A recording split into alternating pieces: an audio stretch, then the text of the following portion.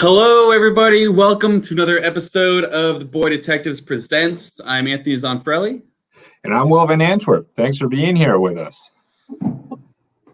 That's right. Today we are doing the Nickelodeon cartoons draft, right off the heels of a great Nick Cage draft from last week. Nick to Nick, as I like to say. That's right. Our winner last week was John Sturpico. So congrats to John on the Twitter poll. Big golf. Look at that. Look at my mangled pinky. It'll never be the same. I do. So big shout out to Matt, who's working behind the scenes here for our show. Matt, I do believe we have a video from John Sturpico, which before we play it, I just want to emphasize that we have not asked any of our winners to send us videos gloating about their victories. This just keeps happening. Will, we got to win one. We absolutely have to win one. Matt, could you please play the video?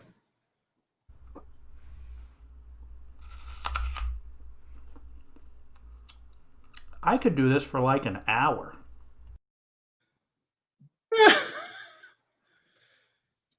That one was good. I like that one a lot. It was a little subtle. I wouldn't have known it was a peach. Thankfully, you labeled it a peach. So shout out to him and big shout out to John. I think he commanded about 40% of the vote. Good for him. Well earned. But he did have the first overall pick. So, is it that hard to win if you get the first overall pick? I don't know. It's a great point. Well, anyways, new week, new opportunity for you and I to redeem ourselves. And I think you were about to do it, so I'll hand it off to you. Yeah, so without further ado, let's introduce our guests this evening. Please welcome Mike Lovett and Devin Quinlan. Woo! Hello. Hey, what's up, guys? Welcome to the show. Hello. Thank you for having me. Thrilled to be here. Of course. Thanks for joining us, gentlemen. You have a blazer, and I feel like I didn't get the memo a little bit. I've watched the show before, so I guess that's the memo. I could run upstairs and grab one real quick if you want. If you want to fit in that badly, you can. I'm not gonna make absolutely. Yeah, we can have Mike vamp. Mike, what does Nickelodeon mean to you? Give me 1 second. Ooh, what is Nickelodeon? Nickelodeon is near and dear to my heart. Spent a lot of time without tipping. I don't feel like I'm tipping picks with this, but I watched SpongeBob a lot growing up, and I recently watched it. It came across. I was flicking through the channels, and it came up, and I watched it for a while. And I was like, huh. It's still making me laugh. So even decades later, I'm still getting some enjoyment out of it. And just preparing for this draft was so fun to go down memory lane and remember specific because you look up a list of Nickelodeon characters, you see very specific people. Okay, good. All right. Devin, go ahead. Same question. Hey, what was the question? Gotcha. What does Nickelodeon mean to you? What's been your experience with Nickelodeon? Well, Nickelodeon was one of the big three. It was Disney, it was Cartoon Network, and it was Nickelodeon. And it was LeBron James. And it was LeBron James. And LeBron James was constantly going to a different network in order to team up. That was like childhood. I feel like I was raised on TV, and those were the three channels. Yeah. That was it. I didn't watch really network TV. So I kind of grew up with those shows. Nickelodeon was always good. They were all good. There were just so many good shows that we're going to talk about, but then also the live action ones, all that was great. Hence my name. Yeah. Keenan and Kel. I can't even remember. There were so many shows that were all really good. All right. Well, let's get right into talking about all of those shows. Anthony, I believe that you have the draft randomizer up. Oh boy. Sure do. Matt, if you could please share my screen. Here we go. When I start this, we will have a 100-yard dash to determine the draft order, and then we'll talk about our team names and coaches. Okay, here we go. And they're off. Where am I? Oh my God. Will, you're at the bottom. I'm at the bottom. This Mike, what the hell? This is I feel like I'm gonna just stop at the 4 though, and all of you are gonna catch up and pass. Oh, come on! The biggest blowaway I've ever seen. Just ran away with it.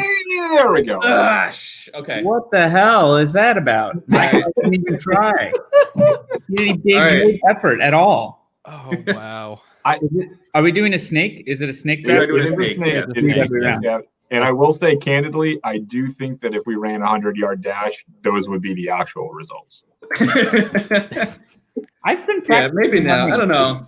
I still got some wheels left in me. Yeah, exactly. I did 10 minutes on a treadmill today. So Listen, I'm sure everybody thinks that they'd come in first or second, but only one or two of us can come in first or second. That's true. Yes, exactly. Two of us can come in first and second. Let us go through our teams here. Will, your team name and your coach? Yeah, so we're, as my name suggests, the Wild Thornberry Sanders. A very clever pun, pulling together the Wild Thornberries. Maybe a lesser-known Nickelodeon show, but certainly one that I enjoyed to an extent. And as we got dual coaches, right? Maybe we can consider one to be the offensive, one to be the defensive coordinator, and that's going to be Keenan and Kel, who were probably my favorite live-action show that there was on Nickelodeon back in the day. But we're not drafting live-action; we're drafting cartoon. Correct. Yes, our coaches are the live-action representing our teams here. My team is the Smashington football team, also weirdly enough based on a Wild Thornberry's pun. Mm-hmm. And my coach is Olmec from Legends of the Hidden Temple, the wise talking face who speaks in riddles. I think he's pretty much the Bill Belichick of Nickelodeon, so I don't think he's going to steer me wrong. I've often said that. That's right. I said that every day growing up. I used to have nightmares about those guys that would hide in the they would jump out the back. Then they would grab you, and I just always thought that those guys were in my closet when I was growing up. If I went in my closet. So I recently rewatched a clip. I rewatched a clip of kids doing that obstacle course, and it's very obvious when there's a adult man in the back about to pop out and grab them. But as a child running through there, it's got to be terrifying. Oh my God. Yeah. All right, Mike, your team. Thank you. All that in a bag of chips. All that was a favorite show of mine. We were talking about that earlier, of like live action Nickelodeon, like always tuning in to all that. And, it might have been a little hubristic of me, but I feel good about my draft. And I think, 4 or 5 years from now, I'm going to have a bag of chips. And that is the reason for my team name. 4 or 5 years from now, you're going to have a bag of chips. It's great. Hey, that's why he wins the 100-yard dash. Exactly. It's a winning mindset, Devin. Megan Parker is my coach. I was a big Drake and Josh fan. And look, I want, as a coach, a schemer. And Megan is a schemer, whether that is pranking Drake and Josh. If I can funnel her energy to the football field, we're going to have a lot of crazy characters that are drafted today. I need someone with the mind to corral them all and give me a winning strategy. I think that's Megan Parker. That's a good pick. And Devin, your team. Hey, my team is Nickel Odell Beckham Jr., which contrary to what people said before the stream started, I don't think it's a huge reach of a pun. I think it's a totally good name.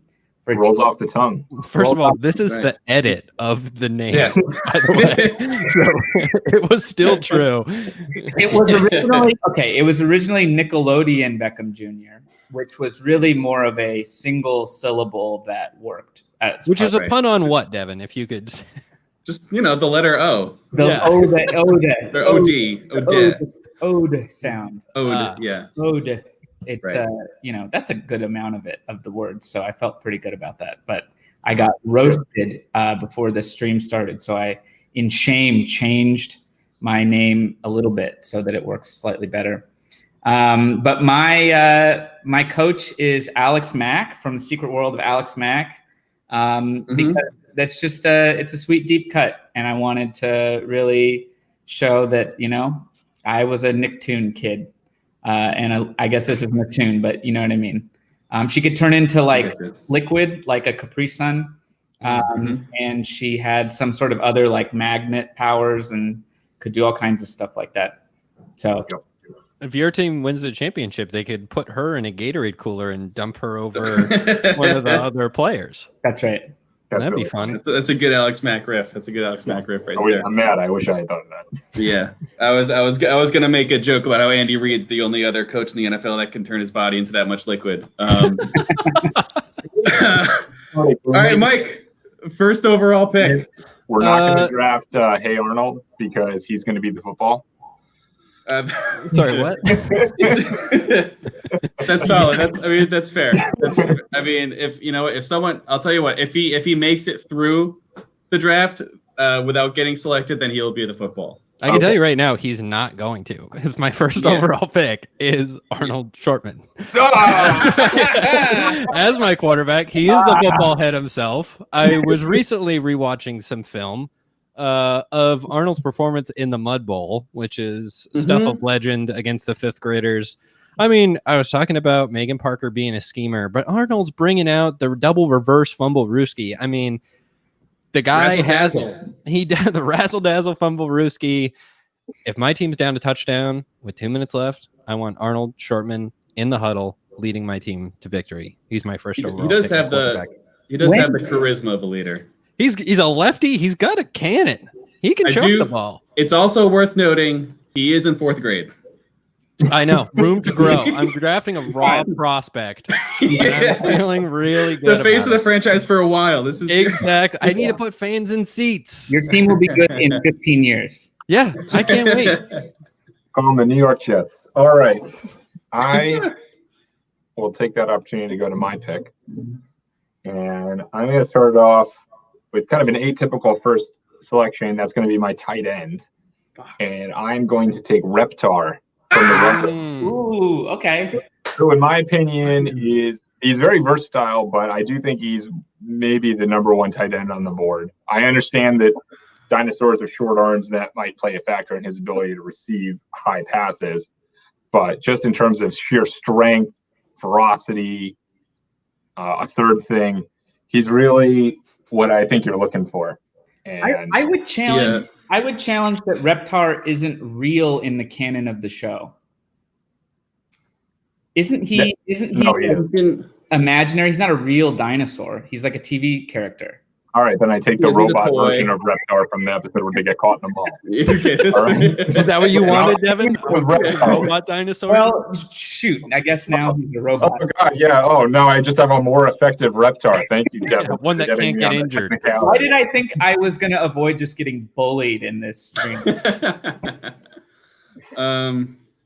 The third thing, Will, you were looking for was that he was voiced by Busta Rhymes in at least one rendition. Is that true? That is true. That is true. I love that thing. Yeah. Okay. All right. So I'm up number 3 overall. I want someone with a lot of size and a lot of speed. I want a weight room junkie here for a quarterback. I want someone with a solid understanding of the rules. I'm going to take Jorgen von Strangle as my quarterback from Fairly Odd Parents. Based on you guys' silence, I'm wondering if Will had ever even heard of Jorgen von Strangle. I was going to take him as my tight end. I mean, he also would. I think he's a great overall wherever. Yeah. Here, let me play a quick.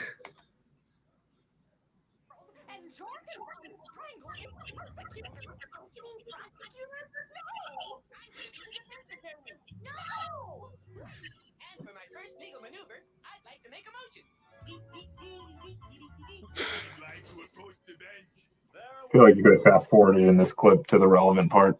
Yeah, the part where he benches. Yeah, we didn't need the 30 seconds of prep. There it is. You could have also just showed us the photo, and we would have gotten the gist of how jacked he is. I think. Yeah, I guess that's fair. I guess that's fair. I think I'm just excited that I got him as the face of my franchise. And Devin, you're up on the turn. You got back-to-back here. I got back-to-back. Oh, boy. So I'm also going to take a big old character as my first pick. So for tight end, I'm going to take Pearl Krabs. Great pick. Yeah, really good pick. Who is the daughter of Krusty Krab's owner. I forget Mr. Krabs. Mr. Eugene Krabs. Yeah. I was like racking my brain. Pearl is built like a truck. Can whale. plow through any defensive line. Quite honestly, I think there was even an episode where she had kind of a freak out and like blew through many people. She's just a beast. You give her the ball and she's getting you a touchdown every time. That's how I see it. That's good. A bit of a diva, but powerful nonetheless. You can't deny the talent. Hey, you have to, and that's why you picked a coach like Alex Mack to control those egos in the locker room. Yeah.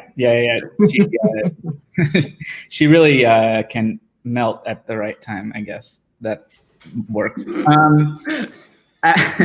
it moving. Keep it moving. All right. So let's see. For my next pick, so this is, I almost don't want to make this choice. I'm thinking I might change it because it's too soon of a show. Is a 2012 show too soon of a show? I think it is. Not at all. No. Not at all. There's no. Hey, if you want this pick, you can have this pick. I want this pick. I'm going to take as my quarterback Korra from The Legend of Korra. That's a great pick. That's a great pick. I just watched this show like 2 weeks ago, and it is pretty good. I must say, I really liked it, and Korra's a badass.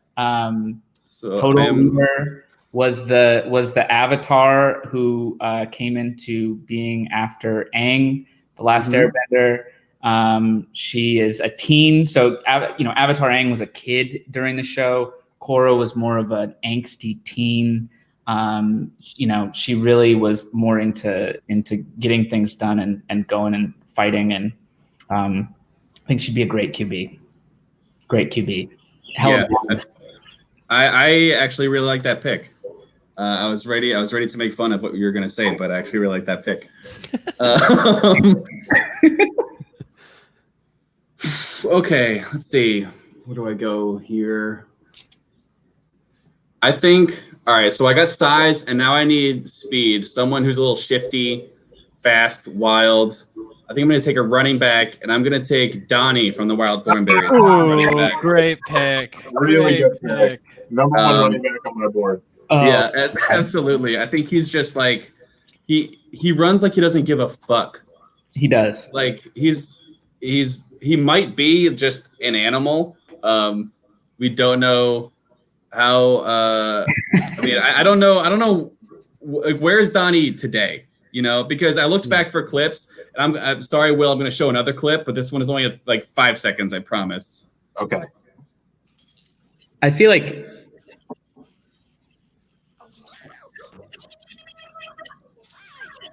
I mean, if he can run around with utensils in his pants, you just got to think about what he can do in the open field. Right? Yeah. I mean, if pants full of silverware isn't going to bring him down, I don't think anyone's defense is either. Voiced by Flea, famous bassist for the Red Hot Chili Peppers as well. Oh, that's right. So there you go. Okay, I'm up. Let's see. Wow. All right. I was going to go. You did snipe me. I'll be honest with you, Anthony. I was going to take. Love that. Love to hear that. Oh, God, it's always funny. So with that, I'm going to pivot. I am going to go to my number one quarterback on the board, and that is going to be the Crimson Chin from the Fairly Odd. Oh, so good. Wow. Yeah. So I don't know, Devin, is that canon for you? Now let's bring it up. All right, so we got obviously incredibly jacked. I mean, much stronger than your typical quarterback, you have to say. But I mean, if this is the pipe that he's throwing the rock around the yard with, then I don't think you have to have any concerns about his arm strength. This is almost a better Fairly Odd Parents pick than Jorgen. I would strongly disagree, considering Crimson Chin cannot use magic. I don't know how you could possibly. What'd you say? He has a chin. I mean, that leads me. Jorgen also has a chin. He's got the quarterback chin that I'm looking for. Nice, strong. Yeah, he's Jimmy Garoppolo. He's Jimmy Garoppolo. Yeah, he is. You don't really want to be Jimmy Garoppolo. Wrangler's jeans, no problem. Yeah, he's more the idea of Jimmy Garoppolo. Yeah, he's the idea of Jimmy Garoppolo with the reality of Brett Favre. Well, here's the thing. You're on defense. You see the Crimson Chin slinging the rock to Reptar, and all I got to say is good luck, buddy. Whether he's a robot or a real. That's fair. That does have a real Crimson Chin to Reptar has a real Garoppolo to Gronk feel to it. Yeah, exactly. All right, and with that, I'll hand off the next pick to my man Mike here. All right. Well, Anthony, you sort of led me in talking about Magic. I'm going to make 2 Magic picks here. My first pick is at running back, and it is going to be Wanda, the fairy godmother. You often talk about sort of shorter running backs getting lost behind the line, disappearing behind the line. Well, she can actually just disappear because she is Magic. She can do that. She can appear 40 yards downfield, I think. That is within the rules. And so I think just get the ball in her hands and watch her go. And then at wide receiver, I am going to choose Danny Phantom. Danny Phantom, who could literally go right through coverage. Like Will just said, good luck defenses. You can't touch him. He's a ghost, a phantom even. He can take the ball, turn it into a ghost, and take it all the way for a touchdown. How old are you guys? You guys are listening up. I am building for the future. So mad. This is what you do. I was 100% sure Will would not know who the fuck Danny Phantom was, and that if he didn't take him right here, he was mine. Yeah, I knew I had to. You guys ever watch Doug? Whatever happened to Doug? You know what? Will, take Doug on my big board. Yeah, that's right. Danny Phantom. This was like toward the tail end of my regular Nickelodeon viewing was when Danny Phantom entered the rotation. So I have like just enough awareness of him to know that he's going to make a great receiver on all the mega chips. This is a real question. Did you guys have younger siblings or older siblings? Because I had a sister who was 5 years younger. So I feel like I watched Nicktoons for more time than I would have on my own because my sister would watch those shows. Same, yeah. I had a brother 2 years younger, so definitely kept me around for 2 years. Mm-hmm. 3 younger siblings. Didn't matter. We only watched SpongeBob. Yeah, I was gonna say, but Will didn't like any of them, so we didn't watch. Yeah, exactly. They watched SportsCenter with me. Okay. Let us move on to my pick. Ooh. This. Do I reach? Okay. I am going to take my kicker. It's a little early for a kicker. That's why I was questioning the reach. And for kicker, I am going to take Avatar: The Last Airbender. Oh, wow. How the fuck did you snipe me with your kicker? Wait, no places to put Avatar. Wait. Will, tell me Avatar's name. Zavatar. No, it's God damn it. This pisses me off so much. Hold on. I'll give you another shot. Is it Airbender? No. Oh my God. That's funny. Last? So wait, so justify why you picked him as a kicker. Okay. So here's what I'm thinking. All right. I don't give a shit how strong his leg is, right? He could just as long as he can get that thing up in the air, as I understand it, he could bend the air and carry the ball directly into the goalpost for a field goal every time. Well, let's be honest. If you're settling for field goals with Reptar at tight end, you gotta not feel great about that. I'll tell you guys after, but I had another pick at kicker that I didn't take. But I mostly knew this pick would piss Anthony off because Ariel was gone all weekend. He watched Avatar on his couch. Will, I'm so fucking mad. You have no idea. I had Danny Phantom and Avatar ripped from his. I was like, okay, I'm definitely going wide receiver here with these next two. I got Danny Phantom and Aang locked up because there's no way Will's gonna know of nor select either one. Fucking boom. Goddamn kicker. Never Okay. underestimate your opponent. Yeah. Okay. Whatever. Okay. So we decided before that we can take single episode versions of characters. That's right. So for my wide receiver, I'm going to take Fry Cook Games SpongeBob. Do you have a video accompaniment? Let me see. I have one image. Does that eliminate SpongeBob now from the pool, or does that only eliminate? Yeah, he's gone. You can't take another iteration of SpongeBob. I can't take Goofy Goober SpongeBob, who is on my list, and Robot SpongeBob, the invention of plankton. He's also off the list. Well, that's not canon. See, I feel like if we take different specific episode versions, I think that's fine. Because I think by specifying Fry Cook Game SpongeBob, I separated him enough from the other episodes. So I think, Devin, it's up to your discretion here. Okay. Appreciate that. Oh, is it? It's my pick too. Oh boy. Right. So you got back to back here. Let's see. You know, I'm gonna do something weird for who have I taken? I took a QB and a tight end. Right. So you have Cora at quarterback and you have Pearl at tight end. That's right. I'm gonna do something. I'm gonna do something straightforward for wide receiver. I'm just gonna take Gerald. Great pick. Okay. He did catch the winning touchdown in the Mud Bowl episode. So as we know, Arnold. And who tossed it to him? Arnold and Gerald reeled it in for the win. I think that's as good a reason as any to draft a wide receiver. That's a good pick. It was a clutch catch in less than ideal conditions. Yeah. Get the athletes on the field. That's right. And that's what Gerald is. And then let's see. King. I'm gonna take running back. This is a fun pick. I'm taking Swiper from Dora the Explorer. That's good. On my big board. Yeah. That's good. I thought of him more as a defense. You generate Swiper is crafty. Swiper can find holes in the defense, can slip through coverage like no problem, right? Force fumbles.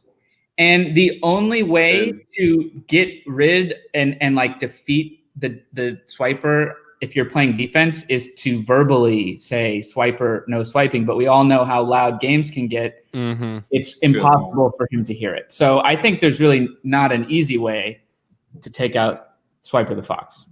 Yeah, and as a clarification, we are assuming these games are played in a post-COVID environment, so there will be fans in the stands. That's right. It's important. That's important. Otherwise, I'm screwed. Well, you could be playing in Florida too, where they have 90,000 people in the stands. Yeah, and is this game happening on Earth or in a bikini bottom bubble? It's on Earth. Okay, it's on Earth. Yeah, it's on Earth. I think the bikini bottoms will just throw on like the inverse of a Sandy helmet. Yeah.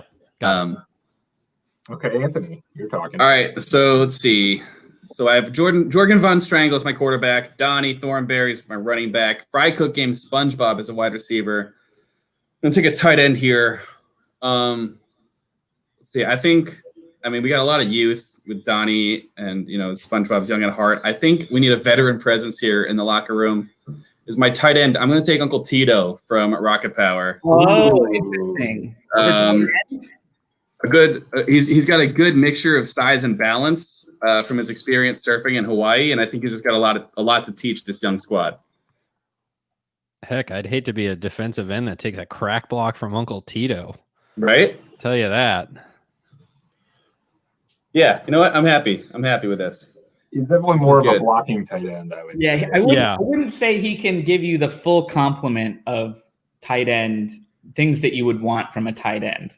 Well, you know what? When we play our away game in Bikini Bottom, he's going to surf all over you motherfuckers. So we're playing the long game here. Smart.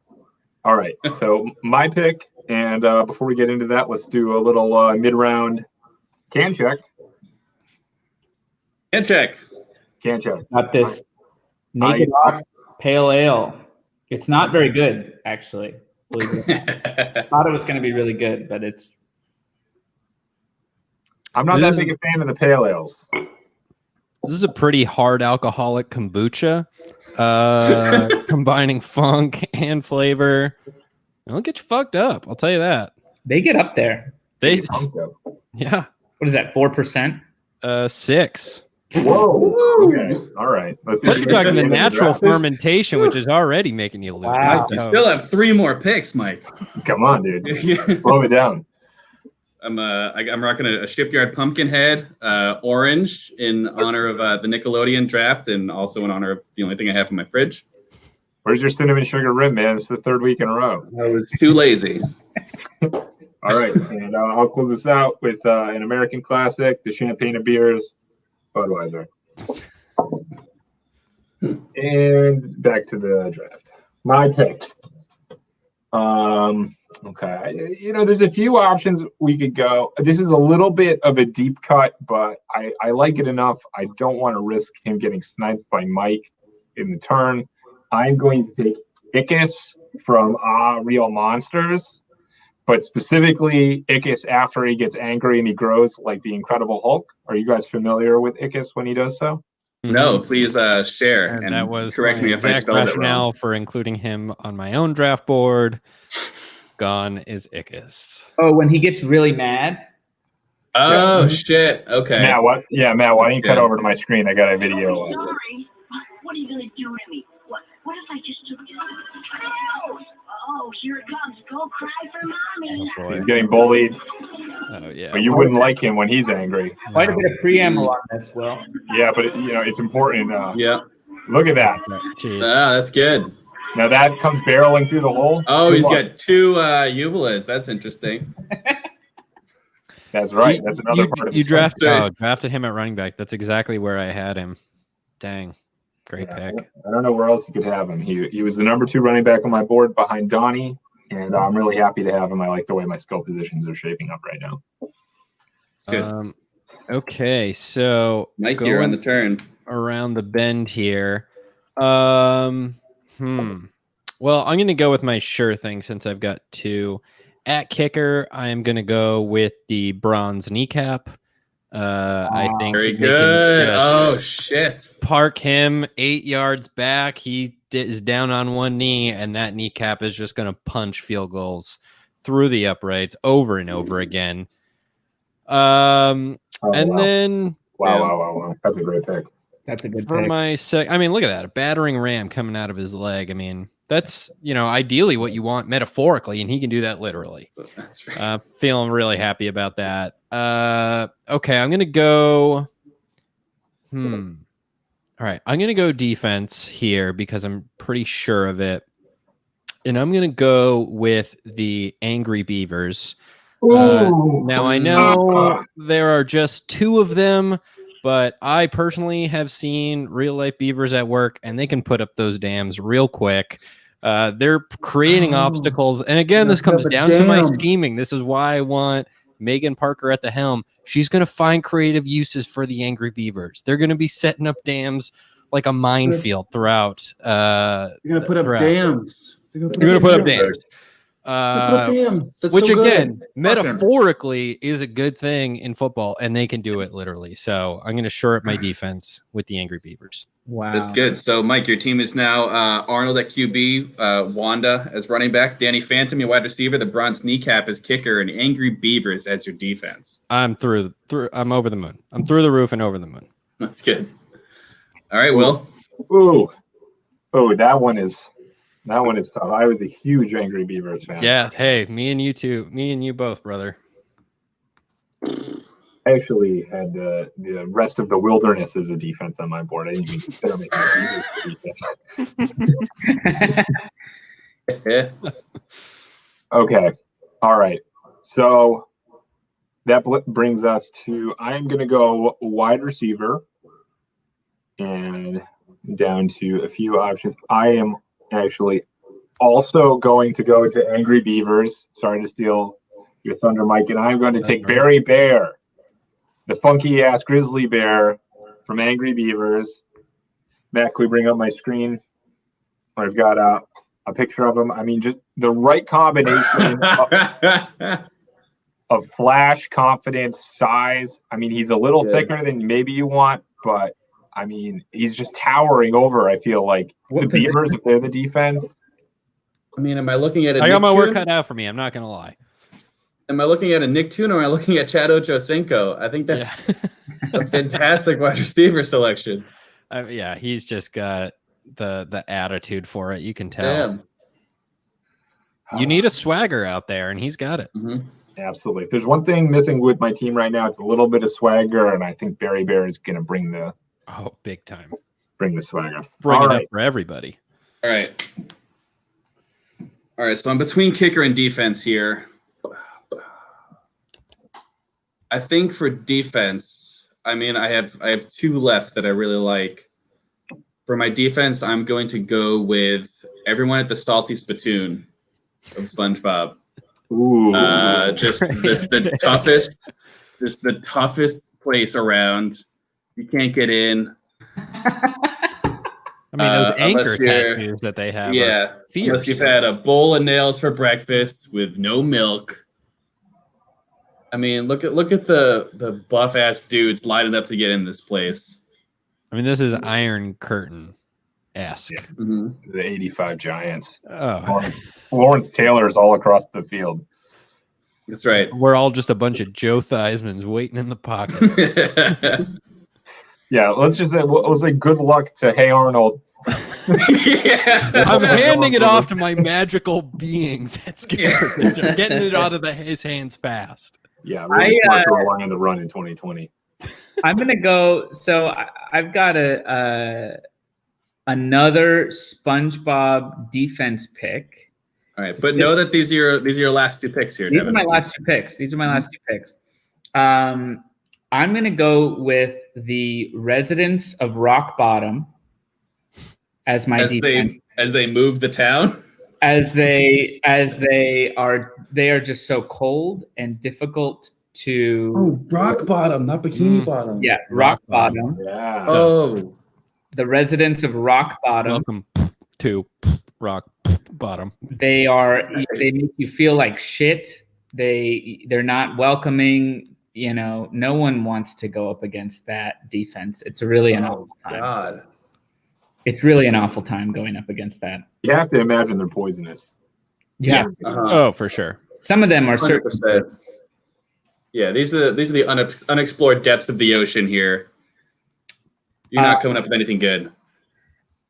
And then for my last pick, kicker, I'm going with none other than Sandy Cheeks, Karate Master. Great pick. King of the Kicks, Sandy Cheeks.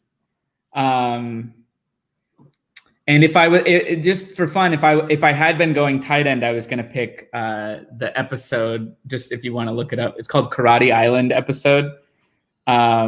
This would have been my alternative Sandy Cheeks. Is that what they have the pick on the far right there? Yeah. Yeah. I mean, she's just a competitor. She's a competitor. She's ready to come in and get the win, no matter what it takes. That's very good. Oh man, to think I had so many karate people on my list for kicker and I didn't put Sandy Cheeks. Oh man. All right. Well, I got to round this out here with a kicker, and I'm going to take Po from Kung Fu Panda, a more recent Nicktoon. Kung Fu Panda: Legends of Awesomeness. I believe is what it's called. Do you have a niece? How do you know about this show? The internet is an amazing thing. Unbelievable. What's the name of the second leading character? Shut up, Avatar. Okay, well, I'm just saying. I know his name is Po. Let's not throw some rocks around. Okay. All right, and that is my squad. So let's see. Let's round up Devin's team. He has Pearl at tight end, Cora as QB, Gerald as his wide receiver, Swiper as a running back, the residents of Rock Bottom as his defense, and Sandy Cheeks as kicker. I have now. We still have two more. Just the ones that have finished. And I have Jorgen von Strangles quarterback, Donnie running back, Fry Cook Game SpongeBob as a wide receiver, Tito as a tight end, the Salty Spittoon as a defense, and Po from Kung Fu Panda as my kicker. So Will and Mike, make these last two picks count. Okay. I too have to take a defense. And I am going to go with all the animals from Wild Thornberries. Wow. The Animal Kingdom. Yeah, I mean, I mean, if we want to narrow it down to the animals of the, where did the show take place? Oh my God. The desert? The jungle? All the jungle animals. Okay. There's a bunch of tigers, some warthogs, stuff like that. I want all of them lined up across my backfield. Nope. Sorry, my defensive backfield. Are you? Is it? These animals weren't all in the same episodes. Correct. I'm picking and choosing the best ones from each episode. I got a lion on the defensive line. I got tigers, kind of a linebacker. Maybe a gazelle at safety, rhinoceros, kind of nose tackle.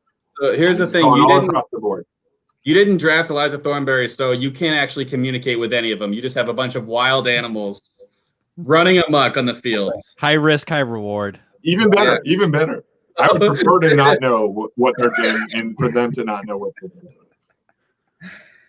Who's your defensive coach? Is that Keenan or Kel? Because he's going to have a hard time wrangling those folks. In my mind, Keenan was the defensive coach, and Kel, more free-spirited, was the offensive coordinator. So good luck to Keenan. That's right. And Mike, let's round this out with your tight end. All right. For tight end, I just said it. Gonna go unorthodox. I'm gonna go with Cat Dog as my tight end. Interesting. Yeah, it is interesting. I am thinking blocking aspect, and if they can run sideways and sort of take out defenders as they go, they stretch along. I'm also thinking that Cat can sort of be the feet and go vertical, and Dog can go up and catch the ball with his mouth in the red zone. I think they offer versatility, and frankly, it's my last round pick. They're Mr. Irrelevance, but they're great locker room ads, and I got to think about team morale because this is a team for the future. Arnold still is only in 4th grade, and so I want people that are going to make it fun and keep him invested. So. Given the life expectancies of cats and dogs and the age curve that we need for Arnold to come to his prime, are you a little worried? Might not be there. They might not coincide in terms of like peaks, but I think they'll have some good years together. Okay. Hopefully. I was like almost positive Will was gonna try to finagle taking Cat Dog as his kicker, and I was going to make fun of him so badly for that being the only character in all of Nickelodeon without legs. Well, sorry to have not only not done that to you, instead you took but fucking also the Avatar. Well, technically, there's 2 avatars. I also took the Avatar, so I think that's right. We need to be clear. There's more than one Avatar. We could argue that the Avatar had already been drafted, Will. If you watch the show, the connection with the past Avatars got severed at one point in season 2. No spoilers. I mean, I went season 3. Well, I wanted to hang the Avatar from The Last Airbender. The child Avatar, the young, right? The 12 or 13-year-old one, probably the only character who's younger than Arnold Schwartzman on this. Your Avatar bends the air. Do we have? I think they all can. I think that's how they become avatars. They can bend all. Well, why isn't the show called? Wait, if Avatar is the last Airbender, how is there an Avatar after him that can also watch bend the show, air? Will? Korra started out as a waterbender. Yeah, man, they just mastered them all. All right. What were fire and earthbenders? Did anyone have any picks on their list that they didn't get to use that they thought were pretty good? I am surprised. I know Uncle Tito was drafted, but I was expecting. I mean, Otto and Reggie Rocket were on my big board at receiver and running back. I had Larry the Lobster at tight end. Almost went him as my last pick. That was close, but I think it's tight end as well. I had Appa as a possible tight end as well. I almost went the Rugrats for defense because I feared that most of the offense would be too scared to hurt them, and so that could be its own defensive tactic. Oh, I should have gone with the Rugrat. I'm glad that we were all smart enough to not get babies. Yeah, right. Yeah, as much as we made fun of Arnold for being in 4th grade, would have made fun of you even more for selecting toddlers. As my defense, I almost took Face, because if you ever tried to block him, it would be an automatic hands to the face penalty. I know that there is one viewer right now who'll be very happy that Face was rumored to be selected. Yeah. Oh my god!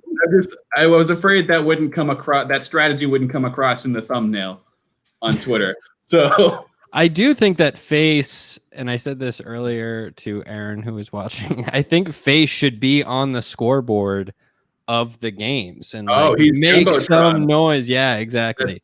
That's good. Yeah, Face was when we originally thought of this concept for a show. Face came to mind, and then I completely forgot about it tonight when I was coming up with my board. So classic. I had. I wish my second kicker was Angelica. Okay. She kicked butt. She kicks ass. She kicks. Yeah. That one I didn't get to pick. The Flying Dutchman for another very similar to Danny Phantom can get right. Yeah. And Rudy Tabuti from Chalk Zone, an interesting running back pick. Chalk Zone. It's a bit of a deep. It was right in the thick of Nicktoons. Was this short-lived show called Chalk Zone where this lead character Shit could draw. He had magic chalk and he could draw whatever the hell he wanted. He could draw. Oh, I remember that. And go in it and then come out on the other end. He could draw little tools and stuff. He could get through any. This was such a good pick. You should have made it. That's tough. Yeah. How could you leave that one on the sideline? Well, I took Swiper from Dora, who I felt like was a stronger thesis. I was really heavily invested in the Hey Arnold Mud Bowl episode, but Torvald, who was held back 3 years, he exited early with an ankle injury, but who knows what he could have been capable of had he been able to play that full game. That's right. I think all the real studs from that game were chosen. I did almost take Helga Pataki as the tight end. Nothing can make you play harder than for love, So I think money. Will showing his true colors. All right, let's do a quick roundup. Will, hold on. That? I want to tell the guys that I thought about drafting, namely Stump from the Angry Beavers at kicker, so that we never fucking kick the ball. Always go for it. What are you going to do? Let an immovable Stump kick it? Absolutely not. I also thought about the Greaser Dogs from Cat Dog as my defense. Yep. And I was really, really close to taking King Neptune over Barry Bear as my wide receiver. Ooh. And then I just want to give a little shout out to Quail Man, who was on my list, but it's mostly just unathletic, pudgy Doug funny. With belt on his neck. Ultimately, I couldn't justify that. 100%. Great character. It's one of those enticing picks. It looks good on paper, but then it just doesn't hold up. It doesn't pass the eye test. Oh, total bust. Yeah. Total bust. I have a guy for you guys. Stinky Peterson. He's got the height advantage. That's true. That's true. But again, 4th grade, or he might have been 5th grade, but we're building franchises. I am thinking of the future. You're telling me he's going to get taller? Yeah. I don't need him to be tall. I need him to be mobile. I need him to just outsmart defenses. Look at Russell Wilson isn't that tall. Kyler Murray, you have these shorter, dynamic quarterbacks. Yeah. Hey Arnold's a real Doug Flutie over here. Yeah, exactly. All right. Let's take one last. Yeah. Mike, if you can walk us through through your team here and tell us why your team's going to win. Sure. So again, it starts and ends with creativity. Like I said, Arnold in the Mud Bowl, drawing up plays on the fly. I think he's going to work well with Coach Megan Parker to develop some really creative schemes. You have a magical being at running back and wide receiver. Just get the ball in their hands and watch them go. Very excited about that. If we somehow do get stopped, I mean, there are some pretty fierce defenses in here. I do think the bronze kneecap could make field goals from up to 95 yards away. So I do think I am constantly in field goal range, and I feel really good about that. Angry Beavers on defense. Again, Beavers are very good at making dams, and dams are hard to break through. And that's exactly what you want in defense. So I feel great about that. And then Cat Dog is a real wild card pick. I don't know how that will hold up. I feel like they can really wreak some havoc. And I think that's all I'm looking for at that position. It's just some real crazy shit. Beautiful. Well argued. All right, Kevin, you're up. Oh boy. Looking at my team, I've got a lot of second options. I got a lot of like not the lead, but the sidekick, but the second iteration. Got some betas. And yeah, well, I wouldn't say betas. But I got some people who have drive, who want to claim that top spot. And I think, Cora, I don't know how many people have watched it. Cora kicks ass. Cora is like your Cora's a stud. Is a stud, right? Like can bomb passes, can run the ball, do it all. Super good leadership, can get the team on board. Really don't even need Alex Mack to do anything except her classwork for middle school. So really liking Cora as QB. Pearl is an unstoppable machine. Is your Rob Gronkowski. You just throw the ball in the air, and Pearl's going to run through walls of people. It could be walls of sticks. It doesn't matter. Yeah. Who else? We've got Gerald's just tried and true. He's your vet. He's shown he can do it. Okay, sorry. He is in the same grade as Arnold, and he is somehow some veteran. So is Arnold. I'm talking about my team. I'm not talking about your team. Both of our guys are veterans, right? I think, most of these characters in this whole thing have never played a football game before. So the fact that Gerald has won a football game, I think is pretty good. Swiper, I think is perennially underrated. Is going to get a lot of really when the camera person is like thinking that they are watching the play, but then they have to adjust the camera because they got faked out. That's going to happen in every game with Swiper as running back because they're going to think Cora has the ball and Swiper's already in the end zone. No one wants to go to rock bottom. Let's just be honest. And Sandy Cheeks is going to nail every kick from however long out because she's on roids and can do karate like a pro. So that's true. It is canon. Sandy Cheeks on roids. Team. I think to really appreciate the team, you have to kind of envision how it would all fit together. I don't think we have the star power. Not a lot of big contracts, but I think it's a good. All right. Well, speaking of star power and big contracts, let's go to my team. Reptar's getting paid. Yeah.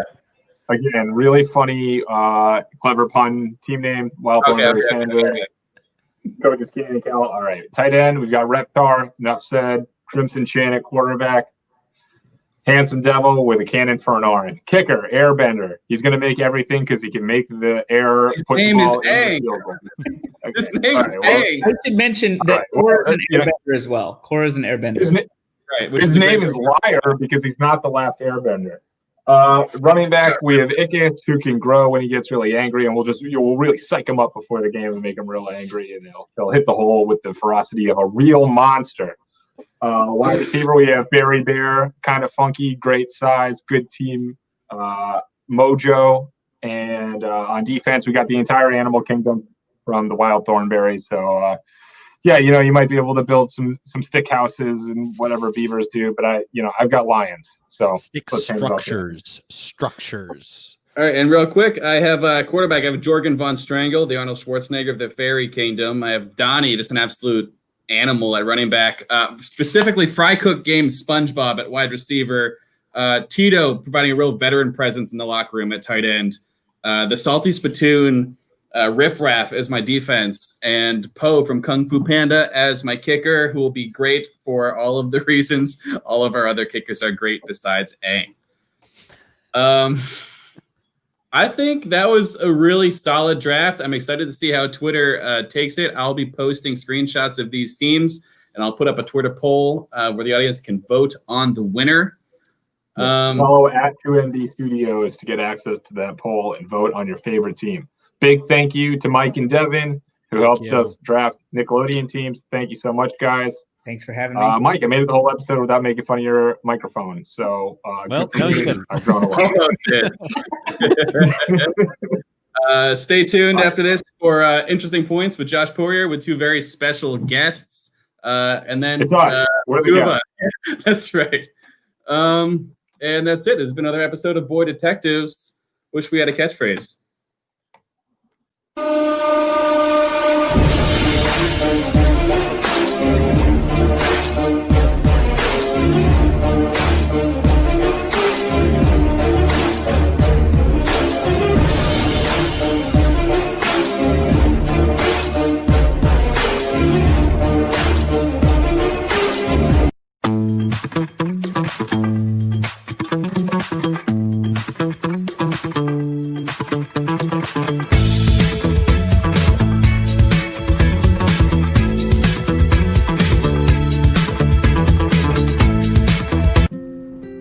We spend our whole lives looking for that special someone. But who's right for you? Introducing Quick Passion. Honestly, I've been thriving here alone in quarantine. I make all my own food from scratch, and I make all of my clothing from the scraps. The only problem is that I've developed a taste for human flesh. But that's why I trust Quick Passion. I was at the park alone 3 weeks ago when some men kidnapped me and shoved me into this basement. And now I need someone to rescue me from this torturous hell. That's why I trust Quick Passion. Every 45 days, somebody finds their special somebody on Quick Passion. That's what makes us the #1 service for when you're looking for something, I don't know. I want someone that can have a baguette orgy with me. That's why I trust Quick Passion. I'm looking for someone to wear a ski mask and pretend to be my stepfather. That's why I trust Quick Passion. Quick Passion. We don't judge. This is a public service announcement. We at the Department of Health have just learned that gum is poisonous. The most recent shipment of chewing gum shipped from Boise, Idaho, which covers 99% of American gum, is poisonous. You must remove any gum that you are chewing. No matter where you are, you could be twins in a pool or at the beach or in the winter somewhere. Quickly, if you're chewing any gum, take it out. It doesn't matter. You could not be a twin. You could be some lady. If you're dancing, definitely take it out and also do it at the beach. Take out any gum you're chewing or else you will die. It's full of cyanic acid. Quickly, this ends the public service announcement. Okay, so on this projection, you can see our fiscal quarter. Hey, this shit almost over. I gotta go home and fuck. No, it'll take a while. Oh, fuck. Damn. Here at Wendy's, we understand that sometimes it's difficult to have sex after you have a burger. Hell yeah, thanks, dude. That's why with our new square burgers, and when you add in some bacon and put a bunch of shit all over it, best fuck of my life. I'm still a virgin. It'll give you some awesome erections. The bacon mushroom melt.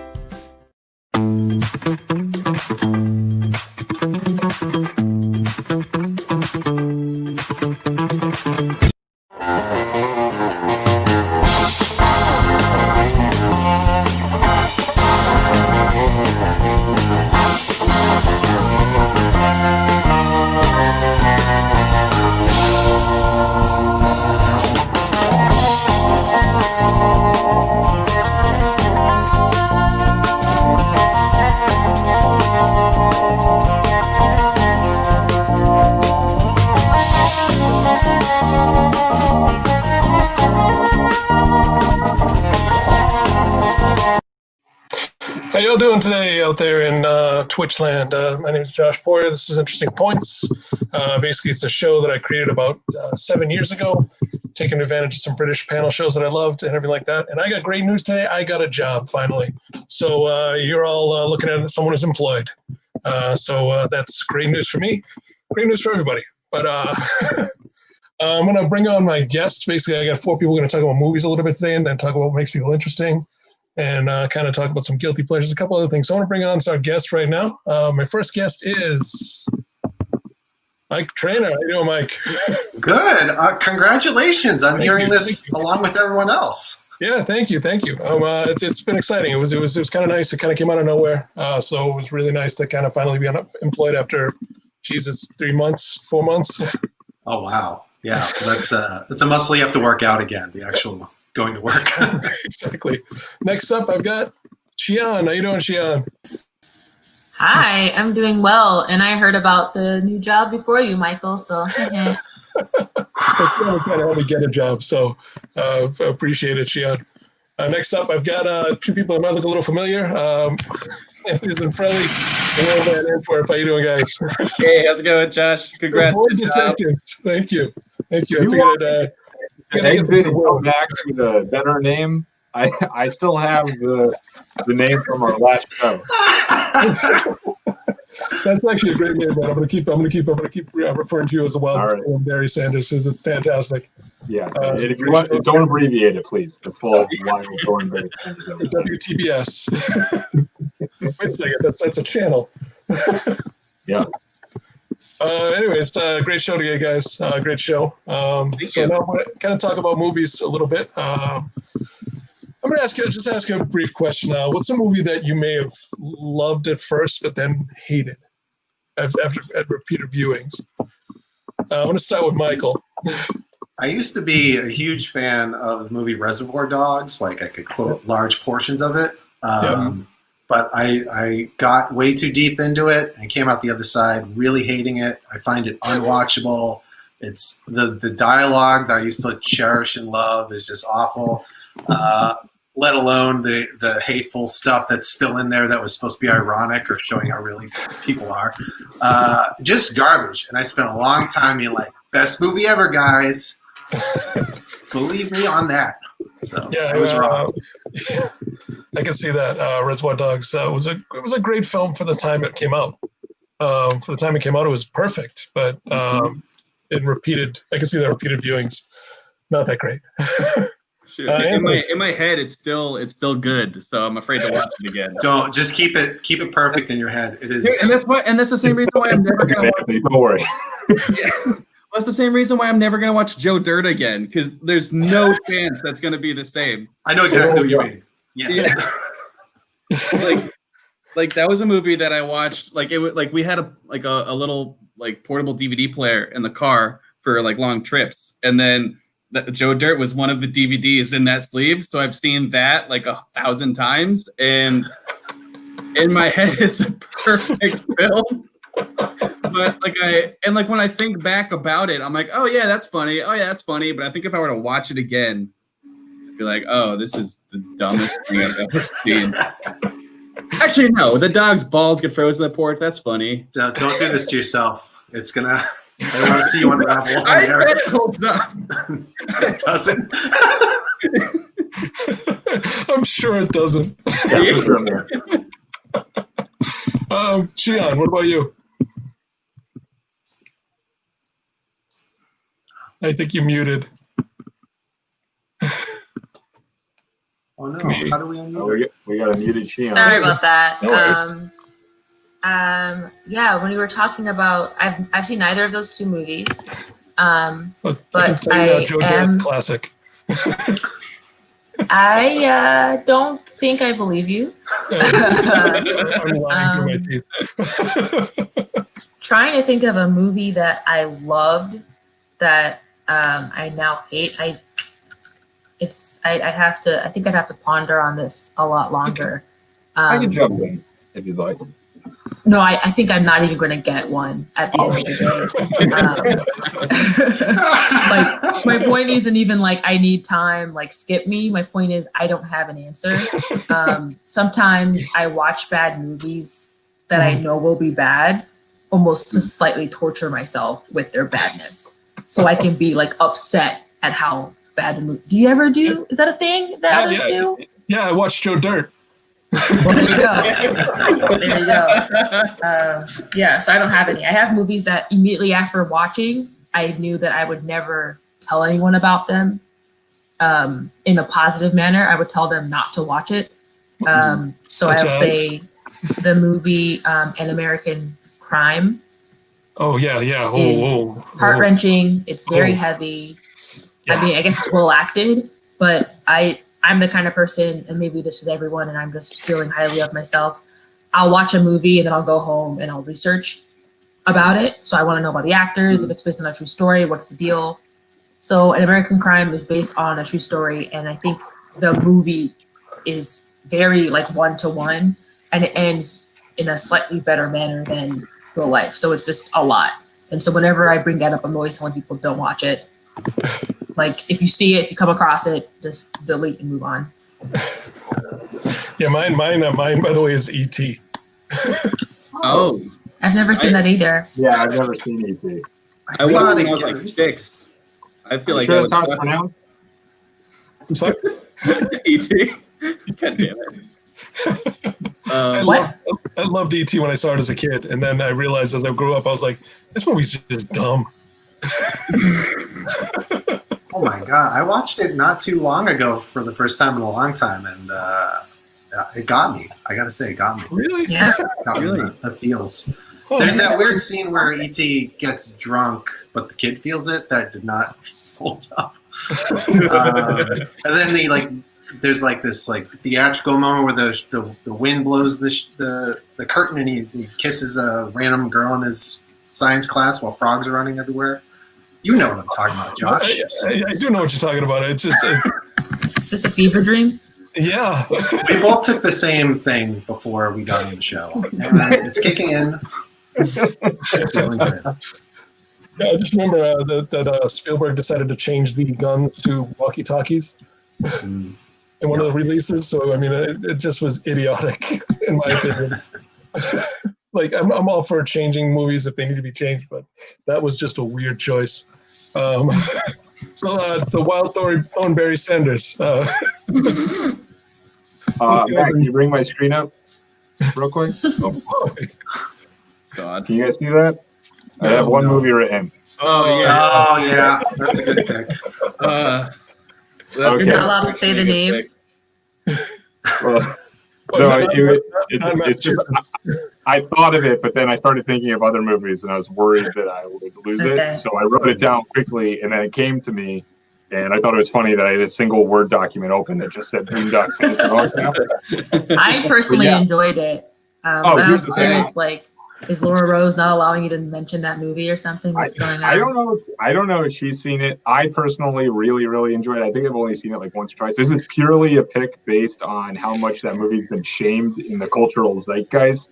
Such that, like, I can't admit to liking that movie. I have to feel bad about having liked that movie. I need to apologize to everyone. I need to act like I'm too good to enjoy that movie now. It sounds like you still like this movie. I do like the movie, but I can't admit that I like the movie. So I think you just did that. I think for me, the movie was great. With Willem Dafoe was great in the movie, and everything else was junk. Oh, I'd like to clarify. I have also not seen this movie. So no one should feel any kind of shade or attack. I'm just very curious and haven't seen any of the movies you've seen, apparently. I mean, as an Irish boy in Massachusetts, I loved Boondock Saints. You have to. Yeah. Like it was basically a superhero movie for me. That's what it was like for you growing up. Exactly like that. It was exactly like that. My brother and I, we'd go to church and kill people. What?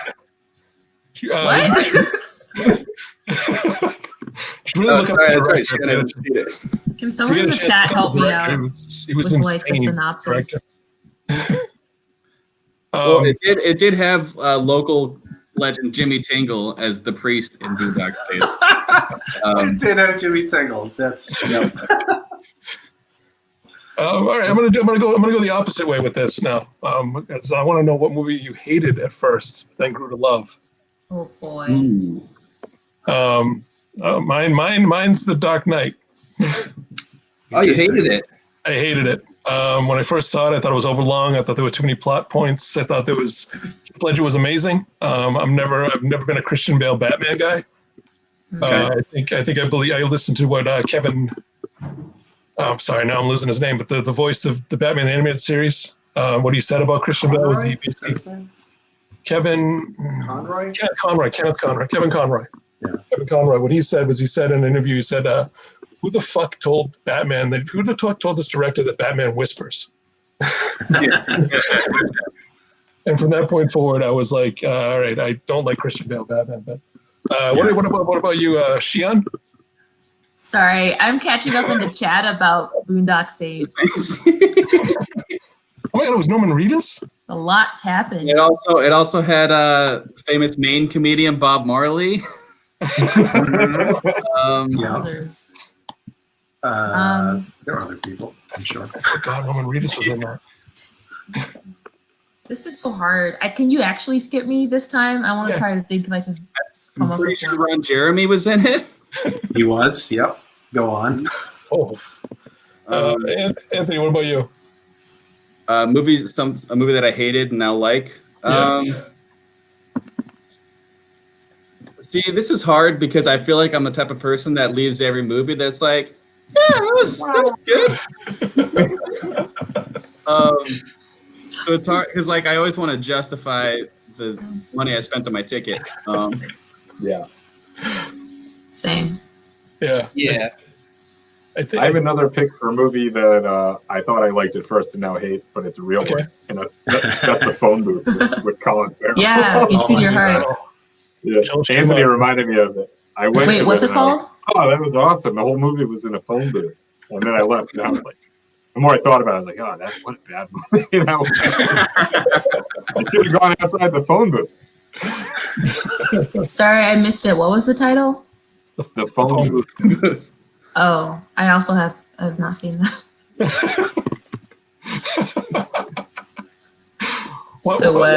Yeah. Let's talk about a movie you have seen. Oh, Lord. Similar to what Anthony was saying, I'm like, I don't know that there's a movie that I disliked that I grew to like that I'm aware of. I feel like I like it or I don't like it. Let's just go with the movie you like. Let's not put any tags to it. Let's just go with the movie. A movie that I like. Okay, I'm gonna mention a movie that I am consistently trying to get Michael to watch, and I've only seen it. I think I've seen it twice. I used to own it, so that made it a little bit easier, but I don't have it anymore. And that is Rock and Rolla. It's a Guy Ritchie joint. Wow. Yes, I have seen classic. That. Yes, but not with me. That's true. It's a different experience. Yes. It's very true. I come from the school of really wanting to talk to the movie and express feelings. Also, I come from the school of asking the person next to you what they think is happening as it's happening. And Michael comes from the school of not that. So it makes for an engaging experience. Especially if he's seen the movie and I haven't, and he refuses to answer questions. Hey, is this how the movie ends? I'm not telling you ever. Well, because I'm good at guessing, and I can see where it's going, and you just refuse to assist. So yeah. I also really enjoyed Moon, even though I've only seen it the once. Oh, cool. So I've actually yet to see Moon. I keep meaning to, but I have yet to see it. Yeah, put it on the list. It's definitely on the list now. Yeah. Michael, what about you? Go in knowing nothing. That's 100% that, yeah. This is I don't even know how we found this movie, but there was a movie called Live Free or Die, not the Die Hard. No. It was like an indie. I had to look it up just to make sure I wasn't making up this movie. It's a little like indie comedy that was playing in Harvard Square back when there was still a movie theater there. And a buddy of mine, we went on like a Sunday afternoon. It was one of those deals where like we just wanted a reason to hang out, but it was like a crappy day. We saw a movie.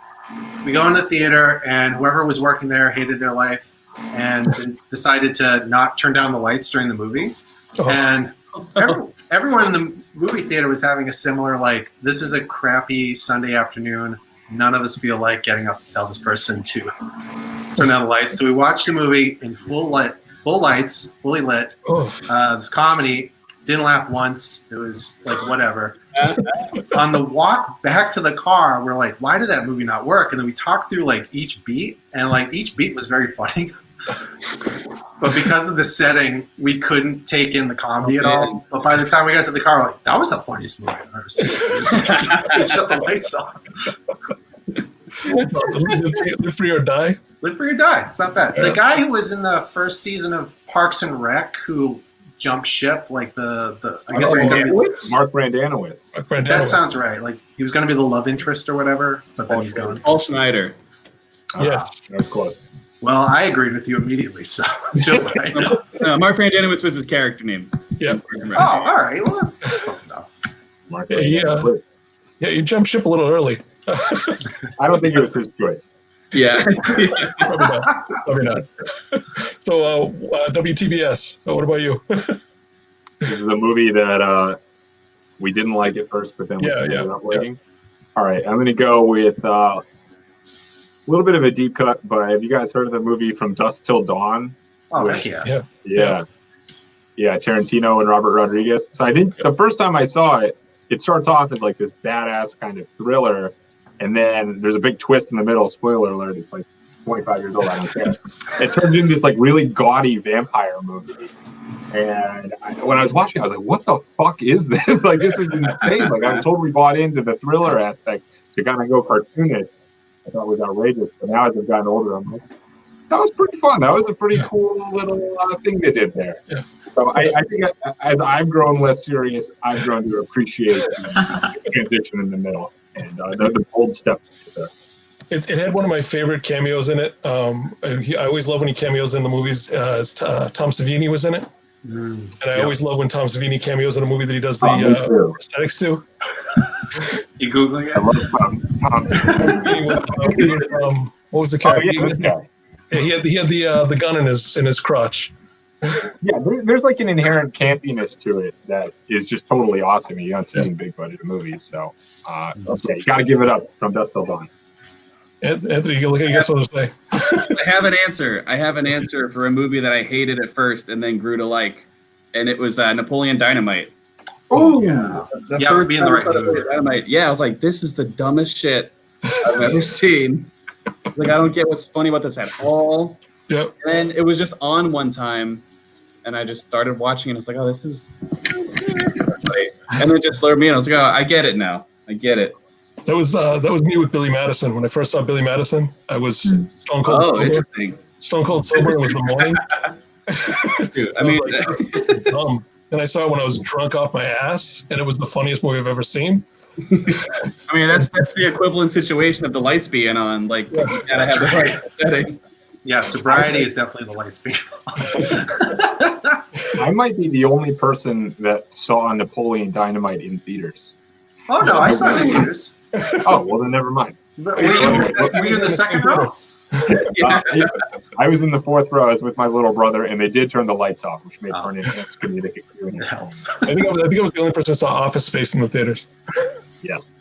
Yeah, that's a good classic. All right, I think that's enough about movies. I think we've kind of talked about movies. Anybody have any final thoughts about movies? Yeah. Watch Palm Springs. Watch Palm Springs. All right. Just got rid of Hulu. I'm so pissed. Oh my god, no! It blew me away. Palm Springs was incredible. This is gonna sound stupid. I just get rid of Shudder. I love horror movies. I get rid of Shudder, and they just released Veronica, which was Glenn Danzig, the singer from Danzig and the Misfits. Oh, yeah. He did a horror movie that supposedly is the Room of Horror. Because he believed in it as much as the Room of Horror. Yeah, he believed in it as much as Tom. God, I can't believe Tommy Wiseau. Tommy Wiseau believed in The Room. So he believed in this horror movie as much as Tommy Wiseau did, and he actually would get up on stage and be like, "This movie's the best movie I've ever seen. You'll ever see this movie. and it was horrible, and I can't wait to see it. And now I dropped Shutter. So, A room of horror. I was about to be like, are you sure you aren't talking about a haunted house? Anyways, I'm watching Zodiac right now. It's very good. Zodiac. Yeah, I watch movies in like 45-minute installments before I go to bed. It takes me like 3 or 4 days to watch it. I was going to say, you are watching, so I was like, currently? It's like 2.5 hours. It might as well be a show. Yeah. All right, I'm going to go on to the next bit, which is prove it to me, or prove it to us. Actually, we'll do prove it to us. Basically, everybody's kind of an expert in something, or thinks that they're an expert in something, or I just want to prove it to us. I'm going to start with Shion. Shion, what are you an expert in? Let's see. I'm going to say that I'm an expert in explaining, like talking through movies to people. If I can talk a script, I can talk you through the entire script. If you don't want to see the film and you are okay getting spoilers, I got you. If I've seen the movie, of course. Cool. So have you done this in the past? Yeah, Michael can attest to that. I mean, he hates it. Even if he's not going to see the movie sometimes, which is frustrating. But yeah, I can like talk through.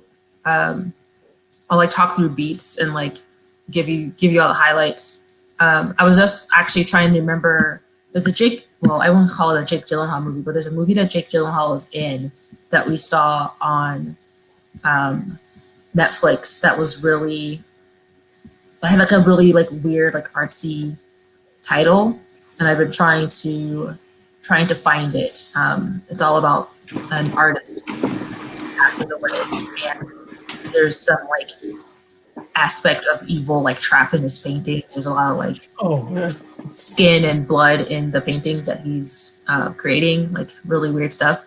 And there's like art that comes alive and like basically gets everybody in this film, even though it's not built as a horror. It's like a thriller mostly, but I enjoy doing that kind of stuff if people will let me. I'm sensing Well, in my defense, it's either it's a movie that I want to see, so I don't want it spoiled, or it's a movie I don't want to see, so I don't want to hear about it. Like, why would I? Why does I'll have a second? What about movies you've enjoyed already? To hear it again? Yeah, just to dissect it. Tell me that movie again that I saw. Yeah, so Joe Dirt was about it. Oh, this. Yeah, okay. I got suckered in on that one. You just want to talk about Joe Dirt. I mean, Sorry, opening. Yeah, I really like doing that. Like I said, like when I leave a movie, I'll like want to talk about it or look it up and like try to understand it more. I'm one of those. And a lot of the times, like I was saying, you know, the name of the movie was Velvet Buzzsaw. Yep. So if you're interested, look it up on Netflix. But yeah, I'll want to like chat about it, and that's probably part of it, because I'll literally like we saw. I didn't do this with Velvet Buzzsaw, but like I'll watch a movie I haven't seen before, and then it's like, what are the critics saying about it? What are other reviewers saying? Did people see the things that I saw? Is anybody talking about certain things? So to pivot slightly and make it about just media in general, we just finished watching Lovecraft Country, which I had a lot of positives for. I had some negatives too, but that's life, right? And one of the negatives had to do with continuity, to the point where I don't know if it was just someone who was meant to be, you know, keeping ladders where they were, or, you know, making sure that mics were at the same level, or if they were doing kind of like purposeful things to kind of throw people off. But I'll notice that kind of stuff, and it kind of like bugs me. Like what's going on? It's a haunted house. Is this thing in a different place because there's a ghost, or did someone forget to do their job? You know? Yeah, that's actually what got me into technical theater work. Was I always wanted to see what was behind the man behind the curtain. You know, like the Wizard of Oz. I always wanted to see the man behind Oz. Mm-hmm. I tend to notice the same kind of things you do. to a fault sometimes, where it actually pulls me away from the movie or the play that I'm watching. But I do appreciate someone who does the same thing, kind of notices a lot of stuff that's just out of place or everything like that. Cool. Anthony, what are you an expert in? I guess I'll also keep it movie related. Say I'm an expert in the movie The Replacements, because I think that's the movie that I've seen the most. And I realized that I'm still in a football jersey from the last show. You're wearing the jersey. Looks like a Washington Sentinels jersey, yeah. Basically, Shane Falco. I don't know who's 24 on the Sentinels. I guess I'm not that much of an expert, but it's. I rewatched it this year in quarantine. It held up for me. I think I had to hold my tongue from quoting every line back because I was watching it for the first time. And it's to the point where where you Shannon, you mentioned you'll notice things that are out of whack and it'll bug you and you'll think about it later. I'm to the point where I've seen it so many times where the screw ups are ingrained in my mind as part of the movie and part of the experience and the character of the movie.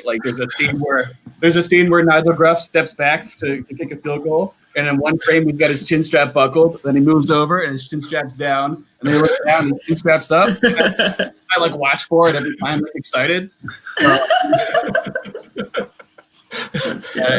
Yeah, I think it's to the point where it's one big experience for me. That was with me and mixtapes when I used to make mixtapes off of CDs. If the CD skipped, it was on the tape that I was listening. It's now part of the song.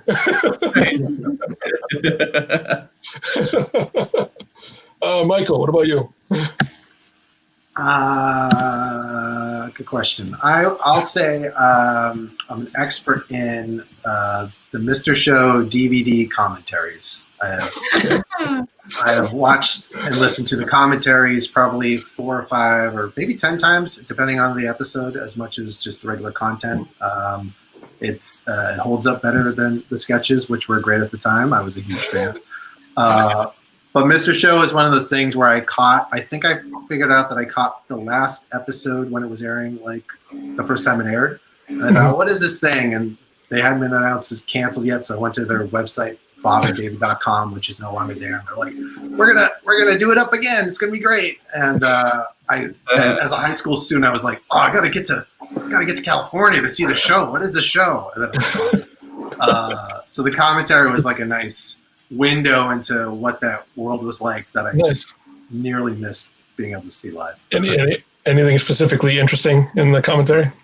On the last season, I think it's the last season, the episode Sad Songs Are Nature's Onions, there's a story how they come about a sketch where it's a Brian Wilson type talking about a mouthful of sores and in a song. And it came about where Bob Odenkirk was so stressed out that he began having these sores in his mouth because he wasn't getting enough B vitamins. He was that stressed. And it's a story that it knocked him on his ass. It could have killed him if he didn't just take children's vitamins and calm down. And while he was stuck in bed, he watched a documentary on the Beach Boys, which he would never have watched unless he was infirmed.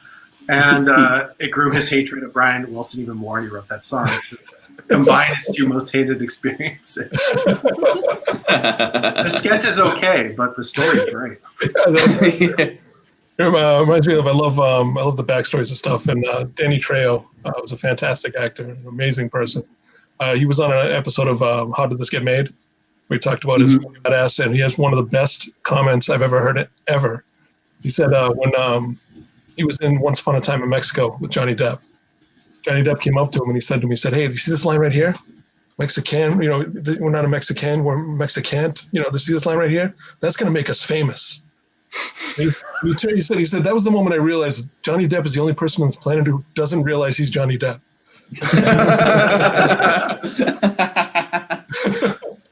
Do you know how tall Danny Trejo is? What was that? Do you know how tall Danny Trejo is? Oh, he's in his 70s. No, how tall he is. How tall he is? Yeah, I've met him. Yeah, he's like 5'1". Incredibly short. Yeah. Oh, wow. Incredibly short. plays an incredible badass. Probably should have been in From Dusk Till Dawn. And it wasn't Dusk Till Dawn. He was? Yeah. Oh, well, there you go. That's what I'm an expert in, knowing what movies Danny Trejo should have been in. Yeah. The other great little Danny Trejo tidbit is that Machete. Remember the movie Machete that he did? Mm-hmm. That was the same character as he played in Spy Kids. What? It's a crossover? It was a crossover. It was a PG movie crossover with an R-rated film. That is hilarious. Because Robert Rodriguez, that makes sense. Yep. Robert Rodriguez did both movies, and he was Uncle Machete in Spy Kids, and he was Machete. Oh, I didn't catch that. That's so funny. Did they hint at a troubled past and stuff? I'm trying to remember Spy Kids. They did. Beautiful. Will, what about you? I guess I'll move away from the cinematic universe, and I'll just say. I mean, do you want me to do something in movies? No. I didn't do anything there. That's fine. I would consider myself an expert in ordering the best thing on a menu. Oh, how's that work? It's gonna be hard to prove over Zoom right now. Well, watch me do it. Yeah, so, I'm interested. In an ideal scenario, you know a few days ahead of time where you're going to be eating, and you can kind of browse Yelp. And I'm not like a thorough reader of reviews, but I'll just kind of skim and just see if a dish is mentioned a number of times. I'll have a pretty good idea going in. I think the key that a lot of people don't get into is really kind of picking the brain of the server and ask them, really, what do you do well here? And trusting them, really. I mean, you don't have to go for everything that they mention, but know that, they know the menu better than you do. And I think the other big thing that people make a mistake with is you got to go with an open mind. Especially if it's a new place, don't go in and be like, oh, I've got to try this. Right? This is a staple food. This is a comfort food. So every restaurant is different. You can save those staple dishes for the restaurants that you've been to a number of times and know they do it well. Go in with an open mind and be willing to try something a little bit new. And if something's really funky on the menu, odds are it's because it's good, right? They wouldn't take a chance on something like that. Right, like lobster at McDonald's. Have you had it? No, I have not. Hey, it could be their marquee. Well, I like what you were saying. Thank you, Sion. No, it did make a lot of sense. A ton of sense. I fully appreciate that. The two couples here. One's a little bit more supportive than the other. What the heck? I feel like the fifth wheel. All right, so let's prove it to us. So why don't we talk about guilty pleasures, or not really guilty pleasures, but something that you might enjoy that people might not expect that you enjoy. So not really, because people tell me all the time, I'm not guilty about this. I'm like, you're not guilty about that? Okay, that's fine. That's great. But let's talk about that. Let's talk about that. Will, let's start with you. I guess I'll just go with Hall & Oates. I am unironically a really big Hall & Oates fan. I went through a pretty big yacht rock phase a few years ago, and I think the two staples of that have stuck with me this whole time have been Jim Croce and Hall & Oates. When I was in the sketch group with Anthony, I organized an entire show where every single sketch was inspired by a song of Hall & Oates. The show went really poorly, and it was a huge disappointment to me. It was good. Was it? Good. I heard someone in the audience say, "What do you expect? It's free." Wow. How rude. Wow. But that said, even that has not deterred me, I guess, from really enjoying it, basically the entire best of discography of all. What's your favorite Hall & Oates song? I think Out of Touch. I can see that. Okay. Yeah, you're out of touch amount of time. Just like Versa. I don't know. All right, I can dig Hall & Oates. Anthony, what about you? A guilty pleasure. Probably the Hall & Oates themed sketch show that we did with a guilty pleasure is definitely The Masked Singer. I've unabashedly watched every episode of The Masked Singer American version so far. I get actually into it to the point where I've taken notes on my phone for each person, trying to guess who they are. I understand that it's horrible TV. It airs Wednesday nights on Fox, and we've taken Wednesday nights as a new kind of trash TV night where we watch the previous day's episode of The Bachelorette and Masked Singer on the same night and have a nice double feature. Yeah, I don't know what you guys' experience with The Masked Singer is or has been. None. I just know that they are trying. Somebody's trying to guess who's who. That's all. That is the exact correct amount of confusion to guess at it with. So like celebrities, some celebrity, a group of them will be put in an outrageous costume. They'll be singing songs each week. There's a horrible panel of judges with Robin Thicke, Jenny McCarthy, Ken Jeong, and Nicole Scherzinger, and they try to guess who the singers are. There's no competition to it. They just try to guess who they are. The audience doesn't know. Someone will guess, and the audience will be like, "No fucking way, it's not them." I love the confidence. No, can't be. Yeah, well, I mean, Ken Jeong is really, really bad at guessing. And then at the end, the audience will vote on who was the best, and then the person with the lowest votes gets unmasked, and then everyone's like, "Oh shit!" It's like last week. It was. Well, I don't want to spoil it in case you guys are gonna watch it. But last week it was Mark Sanchez. I don't know who that is. I saw that in the promo for the next week's show. Yeah. That's the other thing is that like I don't know who like half of the celebrities are.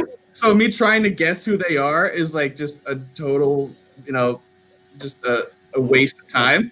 Do you know who Mark Sanchez is? I don't. Yes. Okay. Yes. He was very early pick. He might have been first overall, was he? I don't remember. Okay. Quarterback at USC. He went to the Jets. He's terrible. He's famous for the butt fumble. Surprisingly decent voice. A butt fumble? Is that what you said? Yeah. Yeah, there was a play, the Jets against the Patriots, where Mark Sanchez turned around. The running back went the wrong way, so Mark Sanchez was stuck holding the ball. He just tried to run with it, ran straight face first into the ass of his offensive lineman, fell backwards, dropped the ball, and then the Patriots recovered it for a touchdown. It was on ESPN's not top 10, the number one play for like literally a year straight. Wow, poor dude. Yeah. That sounds rough. Doesn't the Masked Singer have a weird ability to vote out the people that can actually sing really early? Yeah, fucking last season, Gronk made it like three episodes, and I was like, "Can you vote this man off? He's sucks." And it's like embarrassing listening to him try to rap Mark Wahlberg in the Funky Punch. Oh. You can't even rap that. He made it farther than Shaka Khan. What? Embarrassing. Yeah. I don't know how you can support that show. Wasn't Patty LaBelle? Wasn't Patty LaBelle knocked out earlier this season too? Are you kidding me? Yeah. But like Gladys Knight made it really far. Yeah.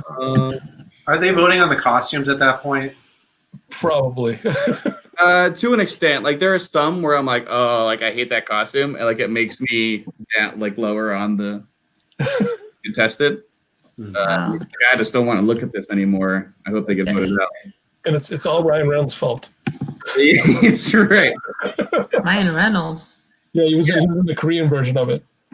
Oh yeah, and that's why they brought it here. That's why they brought it here, because they saw how popular his video was. He's saying it's working. Annie. Yeah. All right. Shion. Oh no, I'm sorry. I already went. Oh no, Shion. Did I go to you? No, I didn't go to you, Shion. No. Sorry. No, it's good. Guilty pleasures. Okay. Or things that people don't know that I like. Yeah. So this is probably going to be, I don't know. Who knows? But growing up, we listened to. I'm Nigerian. My parents would play Nigerian music in the house, but it was very like. It was a lot more of like the motivational type, or like music that you play like on a Sunday morning, like church type stuff. So it's a lot of like King Sunny Ade is the name of the artist, and stuff like that. And then my dad actually was into kind of like a political bad boy, Fela Kuti. And so I got into that music a little bit. So that's like classic Afrobeat, if people are aware or not aware. Now you are. And I remember like mentioning it to classmates. I also went to my undergrad in Nigeria, and it was a Seventh-day Adventist university. So, very specific rules on dress and eating and all the rest of that. But my classmates, I remember, would be like shocked at the concept when I would mention that I liked songs by Fela Kuti or even knew what some of them were, because I guess it's like kind of more radical and not very, not the kind of music you listen to the morning before going to church. That's cool. That's really cool, actually. I love learning about new stuff that I didn't really know about. Could you type the names in the chat? Sure. So I can just like kind of get the Spotify pages going. Yeah. Cool. Any other information about it? I will say really quickly. So King Sunny Ade, I don't know offhand, but I'm going to just go ahead and lump them in the same category. Fela Kuti's songs sometimes have like 10-minute intros. Like it's a lot of instrumental. He really didn't care about radio and airplay or any of that when he was coming up. He was just like, this is the music I want to make, and we're gonna jam with saxophones and guitars and everything else for a while, and then we'll start singing. So very cool. Oh, I think I've heard of King Sunny Ade. Yeah. Actually, I'm looking at the name. Very cool. Thank you. Oh, no problem. Michael. Guilty pleasure, which to me means I enjoy this, but people try to make me feel bad about it. I enjoy transitional lenses. I like wearing glasses that turn into sunglasses. These are not them. We broke our, the transitional lenses I had broke because they just fell. I need to get a new pair, but it's so nice that you just, for the longest time, I lived in a world where I didn't squint ever because I adjusted as the shades were going up. Oh, it was so good. Now I get headaches all the time. It's awful. Awful. Yeah, the flip. I'm so sorry. What about like the Nomar Garciaparra flip up? Was that like a different world? Is that the kid, or was that a different thing? Dwayne Wayne, a different world. I could do that. I should. I should do it. But the thing about transition is you don't have to flip them. They flip themselves. It's great. when you come back inside and it takes a little bit too long for them to flip back. Never noticed. And then for a second, people are like, who's this guy? Who's this guy? That's definitely what they say. That's what they say. That's what they say. And then someone says, what do you expect? It's free. And then I thought it was a good show, Will. I'm sure it was great. It sounds like it's like every movie you've ever paid money for, Anthony. You walk out and say, yeah, it's pretty good. It had its moment. That's true. Well, to be fair, I didn't spend any money to watch that, and I still thought it was okay. Time is money, Anthony, and you spent time on it, baby.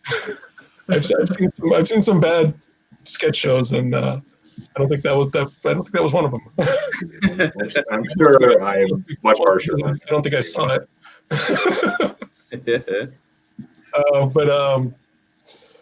So transitional lenses. Yeah, I can prove that I like it, because why would I say it? Why would I do that to my reputation? The funny thing is that Joe Dirt should have been Anthony's. I mean, that's the problem, is that I have too many. It's like Joe Dirt, Batman and Robin. Oh, dude, what? Oh. That's just, I haven't watched Batman and Robin in probably 15 years, but that was another one that I watched the VHS of like 100 times as a kid. And I was like, oh, Batman credit card.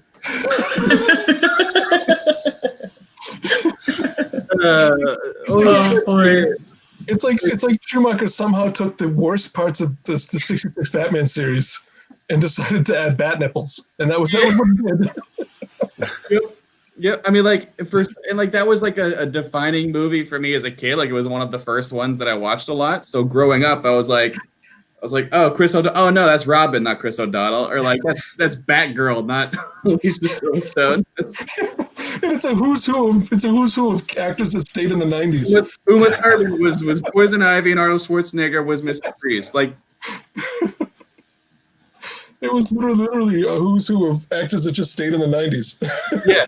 They're like, oh yeah, let's do this. This will be good. Has anybody heard from Alicia Silverstone recently? I haven't been asking. She's on, I think, Babysitter's Club. So if the four of you aren't already aware, there's a classic series of novels from the 90s, 80s, 90s, and there's a TV show about it that was on Netflix, and Alicia Silverstone showed up as the mom and like fully blew my mind. Wow. It was pretty exciting to see her. I was having a watch party at the time, and we all kind of were like, "Wait a minute, is this who we think it is?" So I'm glad she's doing well. I'm glad she's doing well. Right away, I've been like, "That's Batgirl." And Chris O'Donnell was just backstage doing nothing. He's on Hawaii 5-0, baby. Was he? They're one of those dumb shows I've walked in on my parents watching. Okay, you're right. Rock on. In other words, a CBS show. Yeah. All right, so I'm going to turn it to the chat now. I'm actually going to ask the chat what they think is something they may hate, or something they may have a pet peeve about, something they may not enjoy. And I'll let you guys pick which I'll pick which one you want to talk about and try to prove that it's not that bad. Or defending it, whatever it is. Yeah, we're defending it. You're defending it. Okay. Usually I used to do this where everybody did one thing, but then everybody was kind of doing the same thing. So I figured I would change it to everybody gets to pick what they want to use. And Shion-Yo's was always squash.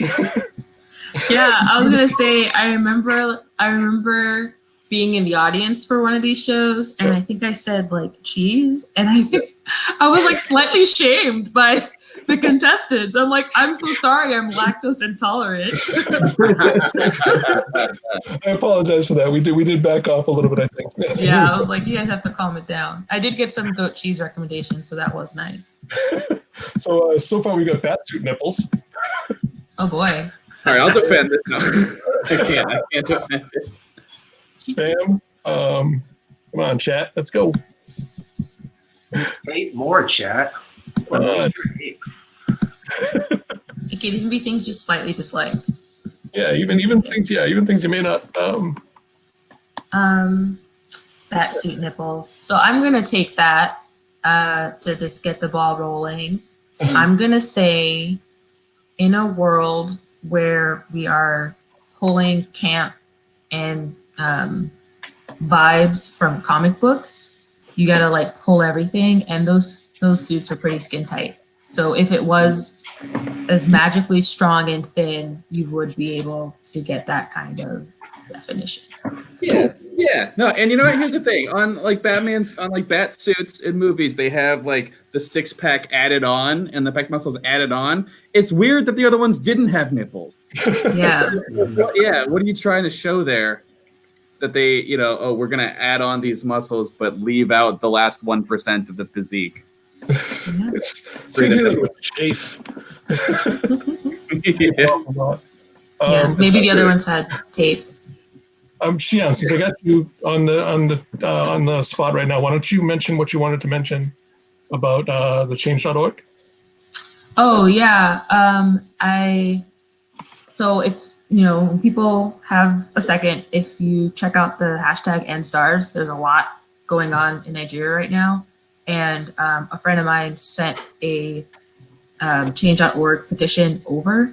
I put it in my link tree to make it easier, but there's also the change.org link that just basically tells you a little bit more about what's going on. Unfortunately, some people were shot at by the government. This, earlier today, it's about, it's way past midnight in Nigeria right now. And around 4 o'clock, things kind of started going south. So check it out and see if you want to learn more information. It's on my link or it's on my Instagram. My name is it's on my name there, Jareen, so you can see some information in my stories or find the link.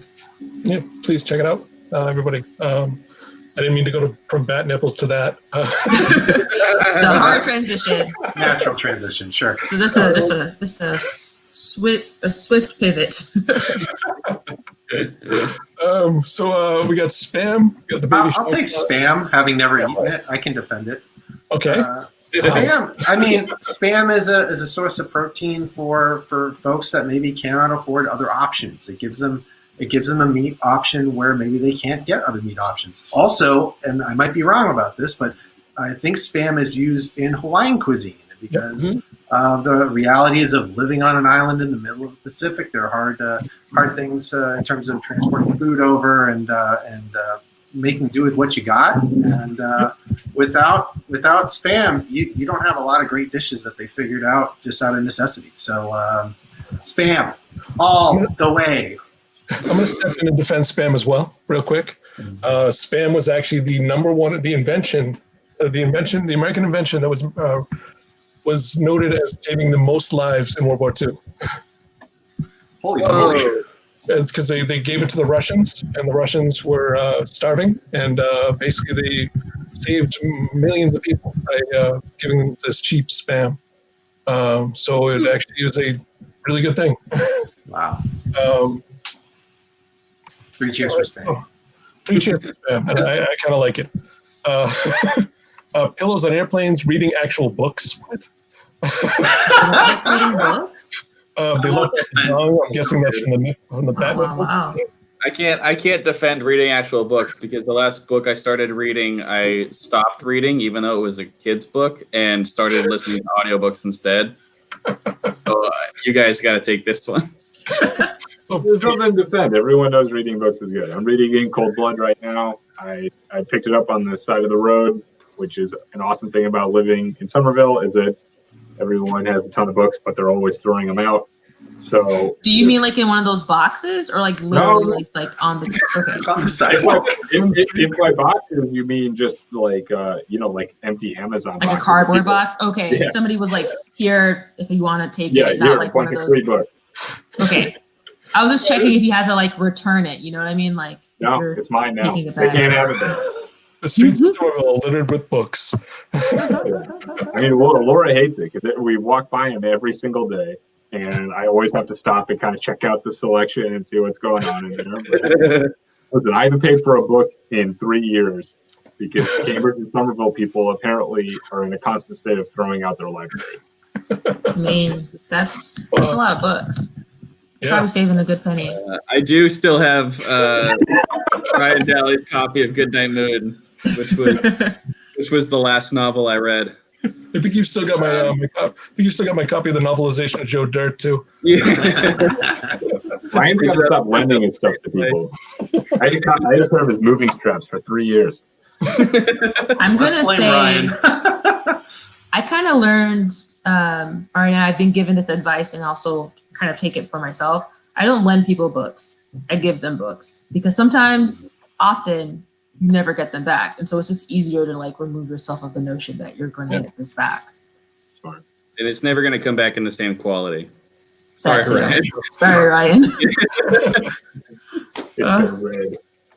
Another thing when I've lost so many books.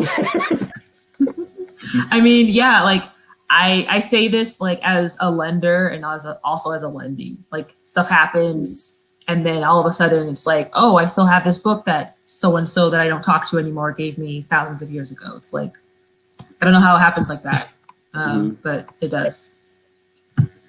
Yeah, I realized recently that I still have I have one book of the Artemis Fowl series. I think it's like the 3rd or 4th book, and I read the whole thing, and I got to the end, and I had my high school stamp page, and I was like, oh no, I swear I got it.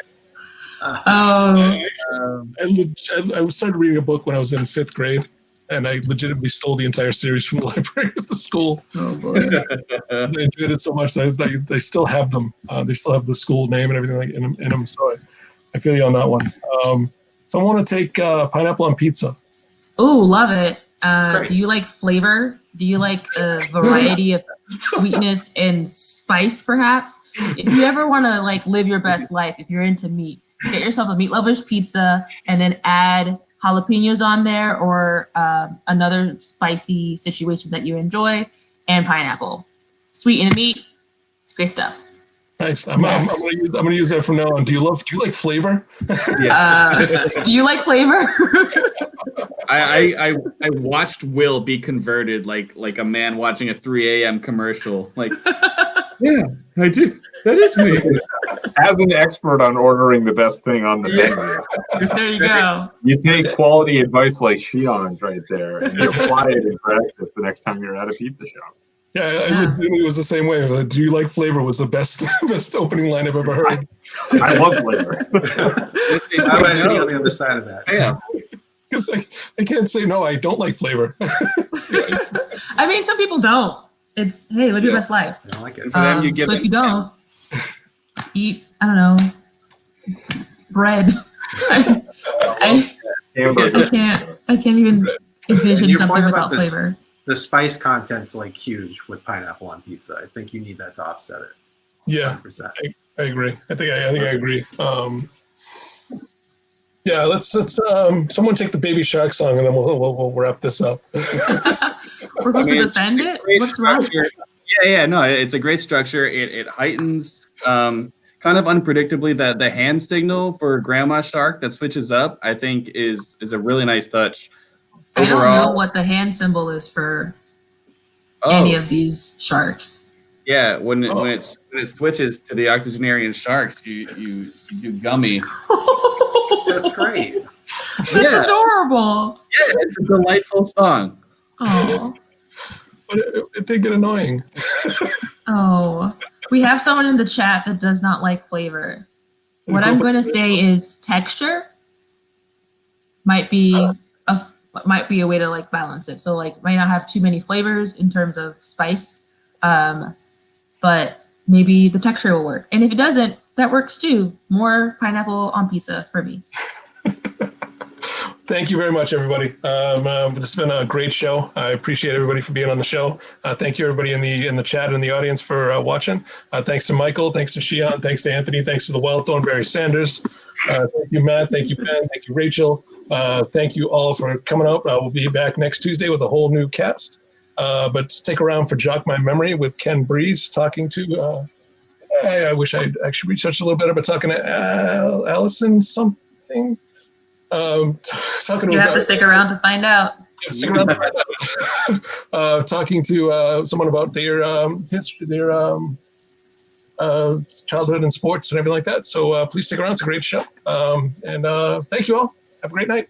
Thank you. Thanks, Josh.